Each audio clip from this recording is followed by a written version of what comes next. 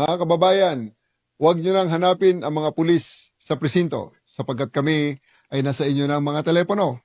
Dial 911, darating kami sa loob ng 5 minuto. Lilingkod sa bawat Pilipino at magbibigay ng tamang impormasyon para sa tahimik at maayos na Pilipinas. Police News Network, alagad ng batas, tagapagtaguyod ng balitang pulis, sandigan ng mamamayan, patnubay ng katotohanan. Kampo Krame, maghahatid ng pinakahuling kaganapan at nagbabagang balita. Ito ang PNN Police News Network. At ngayon, ang inyong mga tagapagbalita. Magandang araw, bagong Pilipinas. Kami ang inyong alagad ng batas tagataguyod ng Balitang Pulis. Ako po si Patrolman Lubimir Julian. At Patrolwoman Janine Cale Sorongon mula sa PNP Highway Patrol Group, maghahatid sa inyo ng tamang balita, kwento ng pulis at serbisyo para sa mamamayan. At ito ang PNP News Online. Ang pangunahing balita ng Police News Network, alagad ng batas tagataguyod ng Balitang Pulis.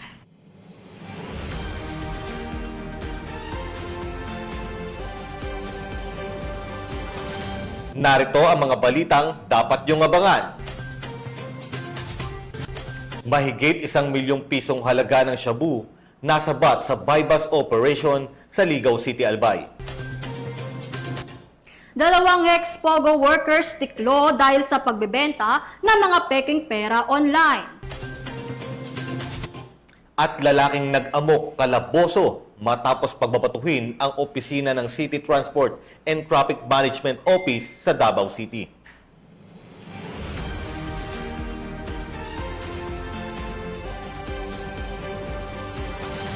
Narito ang mga balitang hatid ng ating PNN correspondents mula sa iba't ibang panig ng bansa.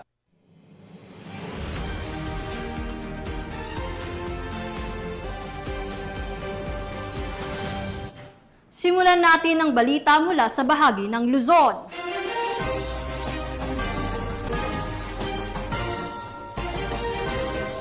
Nasa kote sa entrapment operation ng PNP Anti-Cybercrime Group ang 2 ex-POGO workers dahil sa pagbebenta ng mga peking pera online. Ang operasyong ito ay nagpapatunay na hindi tumitigil ang pambansang pulisya upang masawata ang mga taong may pananagutan sa batas. Ang detalye ng balita mula kay Patrolwoman Mary Grace Artizuela.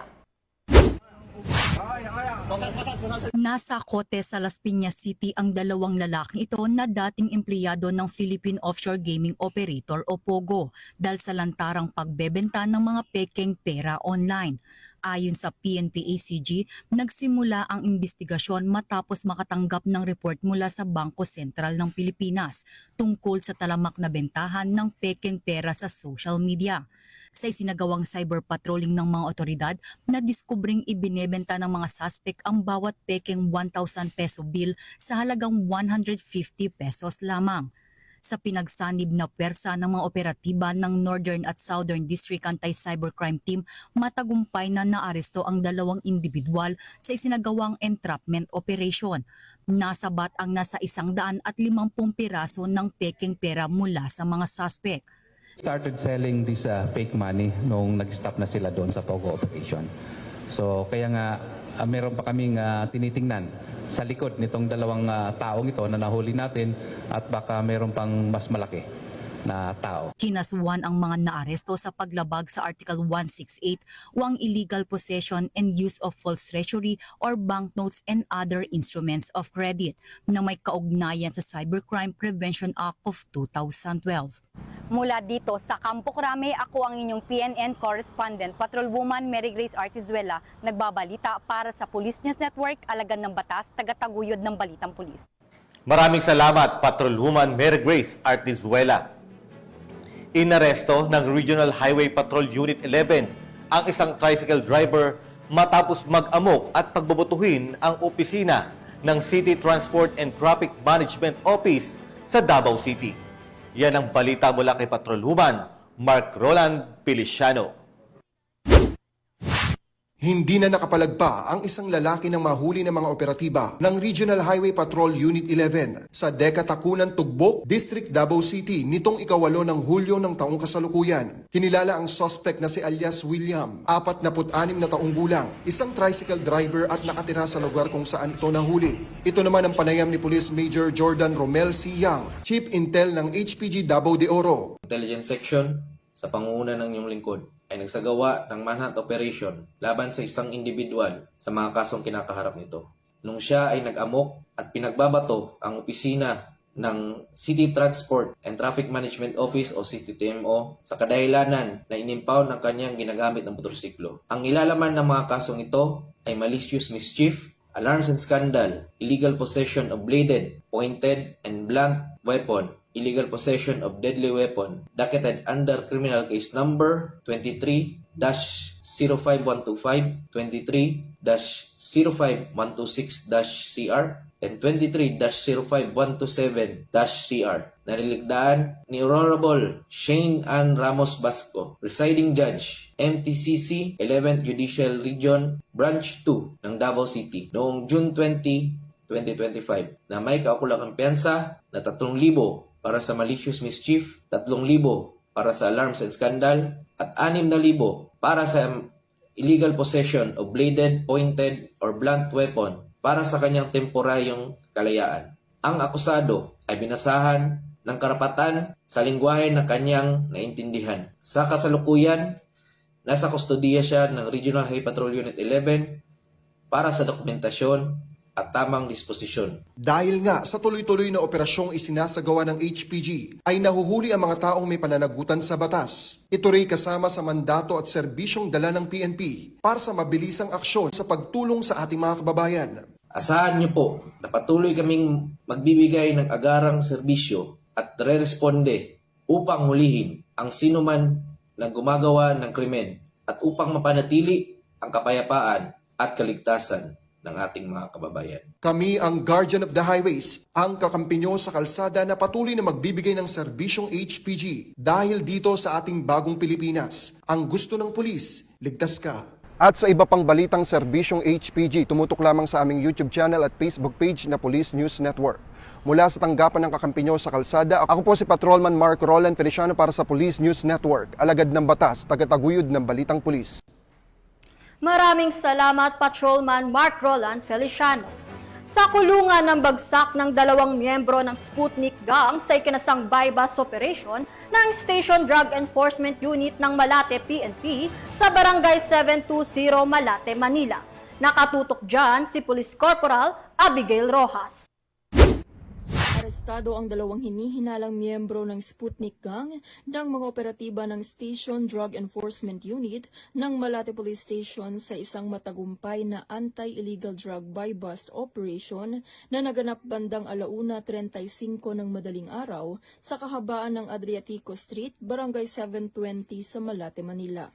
Kinilala ang mga suspect na sina alias CJ, 22 taong gulang at alias Jen, 25 taong gulang. Nasamsam mula sa mga suspect ang 4 na pakete ng hinihinalang shabu na may kabuuang bigat na 15 gramo at tinatayang halaga na 102,000 pesos based sa standard drug price. Na-recover rin ang perang ginamit bilang buy-bust money.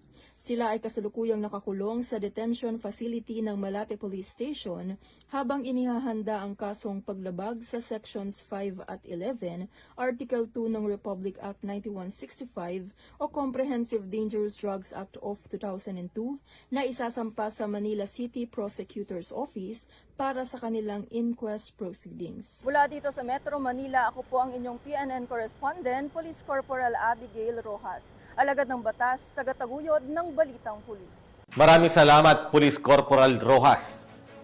Dahil sa tuloy-tuloy na operasyon ng PNP kontra iligal na droga, mahigit 1 milyong pisong halaga ng shabu ang nasamsam ng mga otoridad sa isinagawang buy-bust operation sa Barangay Cabasi, Ligao City, Albay. Yan ang balitang hatid ni Police Staff Sergeant Hani Tria Abad.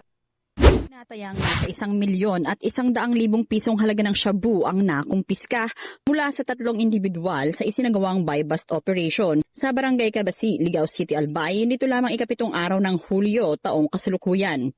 Isinagawa ang nasabing operasyon 2:00 ng madaling araw sa nasabing lugar sa pangunguna ng Special Operations Unit 5 ng PNP Drug Enforcement Group sa pamumuno ni Police Lieutenant Colonel Ruben D. Padua Jr.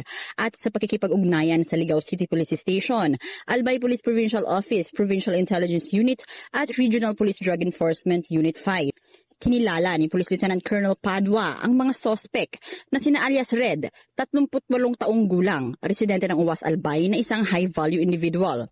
Kabilang rin sa mga naaresto ang isa pang high-value individual na si alias She, 25 anyos mula sa Libmanan, Camarines Sur at si alias Mundo, 28 anyos na isang street-level individual mula sa Lagunoy, Camarines Sur. Ang ginawang operations ng Drug Enforcement Group ng PRO 5 ay week-long activity, casing, surveillance dun sa 3 subject natin ng bypass operations. And eventually, madaling araw ng July 7, yung tip, then we conducted bypass. That resulted to the arrest ng 3 suspect, including 1 babae. And yung worth ng seized na drugs natin is around 162 grams or with a market value ng 1.1 million. So, ganun yung nakuha natin kalaki ng drugs. So, hindi ito sa katuparan without the help of the community. First and foremost. At the same time, joint yung mga ibang unit dito such as Regional Drug Enforcement Unit ng Pro 5, at the same time yung local police ng Ligao ay tumulong din sa atin. Kaya natin gawa yung bypass operations. Nasa kustudiya na ngayon ng kapulisan ang mga sospek at mahaharap sa kasong paglabag sa RA 9165 o ang Comprehensive Dangerous Drugs Act of 2002. Patuloy ang pinaiting na kampanya laban sa ilegal na droga ang isinusulong ng PNP Drug Enforcement Group katuwang ang kasurog PNP sa ilalim ng liderato ni Police Brigadier General Andre Perez Dizon upang mapanatili ang kaayusan at katahimikan tungo sa pagsulong ng bagong Pilipinas. So, in line po dun sa programa ng ating PNP, ang PNP DEG po, pwede nyo kami ma-reach sa inyong mga cellphone. So, wag po kayong dalawang isip. If any concerns, punta lang kayo dito sa PNP DEG. 24 hours, nandiyan kami para mag-serve sa inyo. Mula dito sa Kabikolan, ako ang inyong PNN correspondent, Staff Sergeant Irene Hanitria Abad, alagad ng batas, tagataguyod ng Balitang Pulis. Maraming salamat, Police Staff Sergeant Abad. Tiklo naman ang 2 babae dahil sa kinakaharap nitong kasong estafa matapos silbihan ng warrant of arrest ng Bagao PNP sa Bagao, Cagayan. Police Corporal Roldan Giab sa report. Na naaresto ng tracker team ng Bagao Police Station sa pamumuno ni Police Lieutenant Colonel Noriel Yulacangan, Officer in Charge, katuwang ang 1st Cagayan Provincial Mobile Force Company at 204th Maneuver Company ng Regional Mobile Force Battalion 2, ang 2 wanted na individual dahil sa kasong estafa sa kanilang isinagawang magkahiwalay na operasyon nito lamang ika-6 ng Hulyo ngayong taon. Kinilala ang mga suspek bilang sina alias Lydia at Nanette na kapwa residente ng naturang bayan. Dinakip ang mga ito sa bisa ng warrant of arrest na may itinaktang pensa bawat isa. Matapos ang kanilang pagkakaaresto, agad silang dinala sa himpilan ng pulisya para sa kaukulang dokumentasyon bago ang kanilang pag-turnover sa hukuman na may jurisdiction sa kaso. Ang matagumpay na operasyong ito ay patunay na patuloy na pagsisikap ng Bagao Police Station sa pagpapatupad ng batas at pagtitiyak na ang mga may nakabinbing kaso ay mahaharap sa hustisya. Mula dito sa lalawigan ng Cagayan, ako ang inyong Police News Network Correspondent, Police Corporal Giab, alagad ng batas, tagataguyod ng Balitang Pulis. Maraming salamat, Police Corporal Giab. Hindi na nakapalagpa ang isang lalaki na number 9 most wanted person na may kasong acts of lasciviousness matapos itong madakip sa operasyon ng Abra PNP sa Kalumpit, Bulacan. Nakibalita dyan si Patrolwoman Melba Lagbis. Walang kawala ang number 9 most wanted person sa lalawigan ng Abra matapos maaresto ng mga operatiba sa kasong act of lasciviousness sa Kalumpit, Bulacan nito lamang ika-8 ng Hulyo taong kasalukuyan. Kinilala ni Police Colonel Froilan B. Lopez, Provincial Director ng Abra Police Provincial Office, Ang nasabing suspek na isang lalaki, 20 taong gulang, walang asawa at walang trabaho at presidente ng Lagayan, Abra. Matagumpay ang nasabing operasyon dahil sa pagtutulungan ng mga operatiba ng Lagayan at Kalumpit Municipal Police Station. Ang akusado ay naaresto sa bisa ng warrant of arrest na inihain sa RTC 1 Bangged, Abra sa kasong act of lasciviousness na may inirekomendang piyansa na 200,000 piso.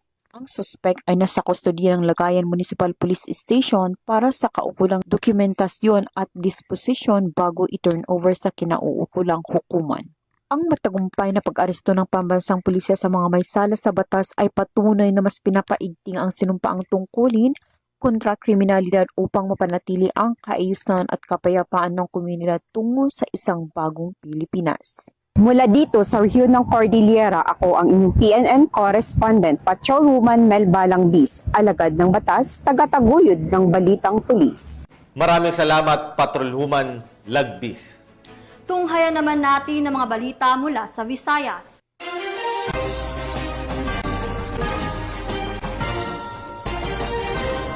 Himas rehas ngayon ng 2 individual nang maaresto ng mga otoridad sa ikanasang bypass operation sa Barangay San Jose, Arevalo, Iloilo City. Ang pagkakadakip sa suspect ay patunay na tuloy-tuloy ang operasyon ng PNP laban sa iligal na droga. Patrolwoman Lynette Sablon sa balita. Arestado ang isang call center agent at isang 18 taong gulang na lalaki sa isinagawang drug bypass operation sa Barangay San Jose, Arevalo, Iloilo City nito lamang ika-7 ng Hulyo taong kasalukuyan. Kinilala ang mga suspect na sina alias Benz, 33 taong gulang at residente ng Barangay Lanet, Haro, Iloilo City. At si alias Aljon, 18 taong gulang, residente ng Zone 5 Barangay Boulevard, Molo, Iloilo City. Ang operasyon na pinangunahan ni Police Captain Benchit Dyson, officer in charge ng Police Station 6, nakuha ang isang plastic sachet ng hinihinalang shabu mula sa isa sa mga suspect gamit ang bypass money na nagkakahalaga ng 6,800 pesos. Kabuuang nasa 34 na gramo ng hinihinalang iligal na droga na may tinatayang market value ng 34,000 pesos ang nakumpiska mula sa mga suspect. Nasa kusdiya na ng ICPS 6 ang mga suspect at sasampahan ng kasong paglabag sa Republic Act 9165, ang Comprehensive Dangerous Drugs Act of 2002. Nananawagan naman ang kapulisan sa publiko na magkipagtulungan sa laban kontra iligal na droga sa pamamagitan ng pag-ulat ng kinahingalalang aktibidad na may kaugnayan sa droga.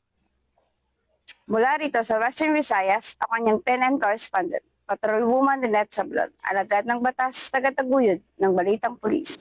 Maraming salamat, Patrolwoman Sablon.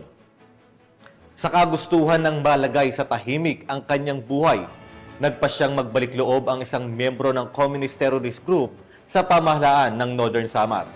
Ang report mula kay Patrolwoman Cristel Palafox.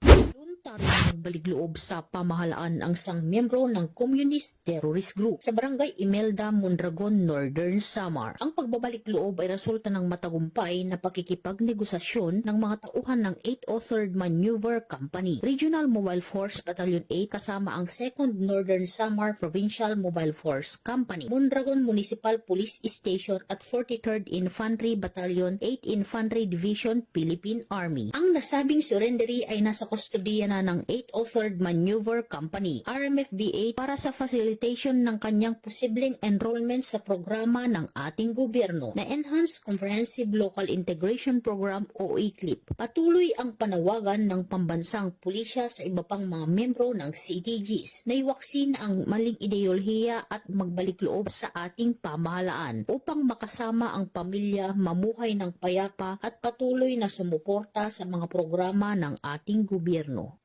Mula dito sa Eastern Visayas, ako ang inyong PNN correspondent, Patrolwoman Palafox, alagad ng batas, tagataguyod ng balitang pulis. Maraming salamat, Patrolwoman Cristel Palafox. Narito naman ang balita mula sa bahagi ng Mindanao.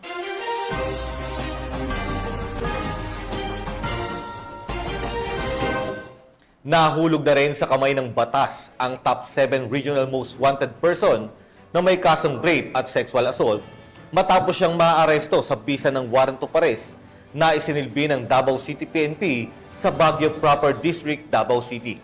Ang operasyong ito ay patunay lamang ang PNP ay hindi tumitigil sa paghuli ng mga taong nagtatago sa batas. Patrolwoman Queenie Babes Arendain sa balita.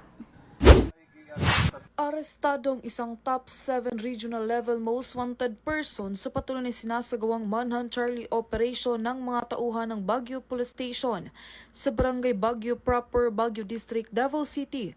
Nito lamang Hulyo 8 taong kasalukuyan. Kinilala ni Police Major Lisandro G. Bernardo, Station Commander ng Baguio Police Station, ang suspect na si alias James, 18 taong gulang, na pawang residente ng nasabing lugar na tinaguri ang top 7 regional level most wanted person sa nasabing lugar. Ayon kay Police Major Bernardo, narasto ang suspect sa bisa na warrant of arrest na inihain ng mga tauhan ng Baguio Police Station at Criminal Investigation Detection Group Davao City sa paglabag sa kasong rape at sexual assault. Sa katunayan, ang suspect ay nasa kustodiya na ng sabing istasyon upang dumaan sa tamang disposisyon. Samantala, ang laban kontra kriminalidad ay patuloy na pinapaigting ng Police Regional Office 11 sa pamumuno ni Acting Regional Director, Police Brigadier General Joseph Reyes Argiles, alinsunod sa kampanya ng Bagong Pilipinas na panatilihin ang kapayapaan at kaayusan tungo sa pagsulong ng bansa. Mula dito sa Police Regional Office 11, ako yung PNN Correspondent Patrolwoman Queenie Babes Arendain, alagad ng batas, tagataguyod ng balitang pulis. Maraming salamat Patrolwoman Queenie Babes Arendain. At para sa ating huling balita, hindi na nakaporma pa sa mga otoridad ang dalawang lalaki habang nagpa-pot session sa Barangay Corosoyan, Barira, Maguindanao del Norte. Patrolwoman Maria Senyora Agbuya para sa report. Ang lalaki ang nahuli sa akto ng mga otoridad habang abala umano sa pot session sa Sitio Poblacion 2, Barangay Corosoyan, Barira, Maguindanao del Norte, nito lamang ika-6 ng Hulyo taong kasalukuyan. Sa ulat ng Barira Municipal Police Station, nakatanggap sila ng tawag mula sa isang Barangay Intelligence Network member na may nagaganap umanong illegal na aktibidad kaugnay sa droga sa nasabing lugar. Agad na rumisponde ang mga tauhan ng Barira MPS sa pangunguna ni Police Captain Rex C. Laurino, Officer in Charge katuwang ang 3rd Maneuver Platoon at 1st Provincial Mobile Force Company at naaktuhan ang dalawang suspect sa mismong loob ng bahay ni alias Elka, 27 anyos at alias Song, 38 anyos na kapwa residente ng nasabing lugar. Nakumpiska sa operasyon ng 5 heat-sealed plastic sachet na may lamang hinihinalang shabu at tinatayang 1 gramo at nagkakahalaga ng 6,800, isang glass tutor at 2 lighter. Ang mga nakumpiskang ebidensya ay dinala sa Barira MPS para sa dokumentasyon, inventaryo at disposisyon at habang mahaharap sa kasong paglabag sa Republic Act 9165 o Comprehensive Dangerous Drugs Act of 2002. Ang nasabing operasyon ay patuloy na kampanya ng Barira MPS laban sa iligal na droga sa ilalim ng direktiba ng PNP at suporta ng lokal na pamahalaan. Mula rito sa rehiyon ng Bangsamoro, ako ang inyong Police News Network Correspondent, Patrolwoman Maria Senyora Agbuya, alagad ng batas, tagataguyod ng balitang pulis. Maraming salamat Patrolwoman Maria Senyora Agbuya. At yan ang mga balitang nakakalap ng ating PNN correspondents mula Luzon, Visayas at Mindanao. At sa ngalan po ng pamunuan ng Philippine National Police, sa pamumuna ni PNP Chief Police General Nicolas Torre III at sa pamumuno ni President Ferdinand Bongbong Marcos Jr., kami ay maglilingkod sa bawat Pilipino at magbibigay ng tama at balanseng balita. Dahil dito sa Bagong Pilipinas, ang gusto ng pulis, ligtas ka. At huwag nyo na kaming hanapin ang mga pulis sa mga presinto sapagkat kami ay nasa inyo ng mga telepono. Dial 911, darating kami sa loob ng 5 minuto. At mula rito sa tanggapan ng tagapag-ugnay ng pambansang pulisya, kami ang inyong alagad ng batas, tagataguyod ng Balitang Pulis. Ako po si Patrolman Lubimir Julian. At Patrolwoman Janine Cale Sorongon mula sa PNP Highway Patrol Group. Maghahatid ng tamang balita, kwento ng pulis at serbisyo para sa mamamayan. At ito ang PNP News Online. Ang pangunahing balita, ng Police News Network.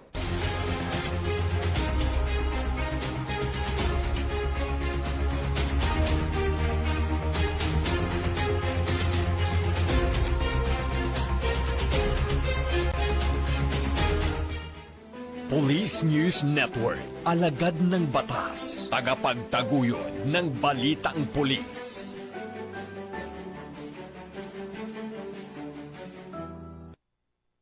Mga kababayan, huwag nyo nang hanapin ang mga pulis sa presinto sapagkat kami ay nasa inyo ng mga telepono. Dial 911, darating kami sa loob ng 5 minuto.